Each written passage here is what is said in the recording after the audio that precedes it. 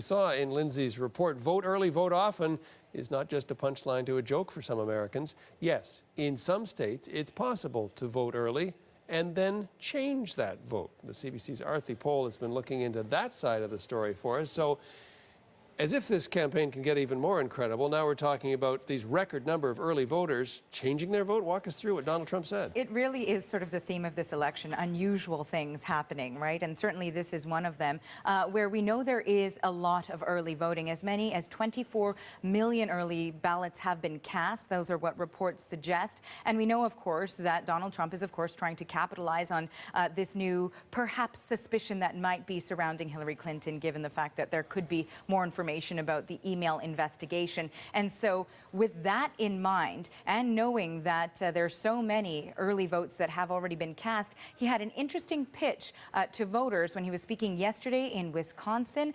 We heard a little bit of it there from Lindsay, and so let's take a little bit of a closer listen to some of what he had to say.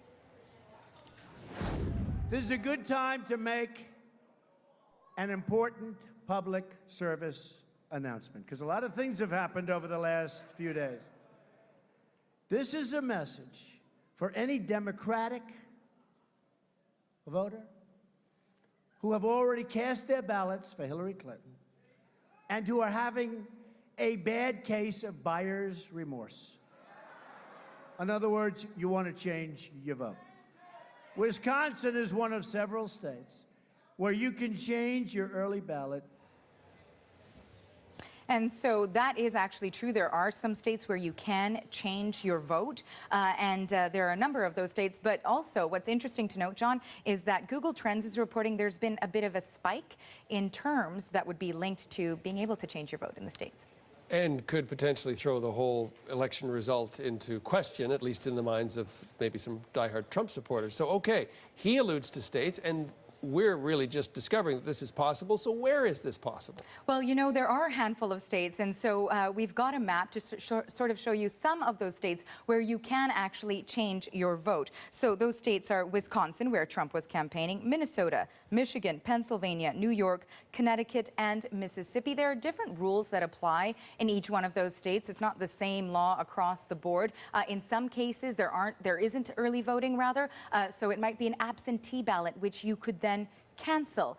In some cases, if you've early voted, you can actually go back on voting day and then vote again, and that would essentially void your previous vote. In Wisconsin, you can actually change your mind up to 3 times, but again, you have to follow those rules. So it is possible to do all of that, which is quite interesting, of course. And you know, there are some estimates that suggest that before November 8th, up to 40% of voters will have already cast their ballots. So certainly it seems like it's an interesting strategy or solution some voters may be looking to. Who knows who will take advantage of that. But it is a procedure that's existed for some time, but rarely used, John. Yeah, unless, of course, there is no clear winner on Tuesday, and then things get really interesting. Absolutely. Thanks, Aarti.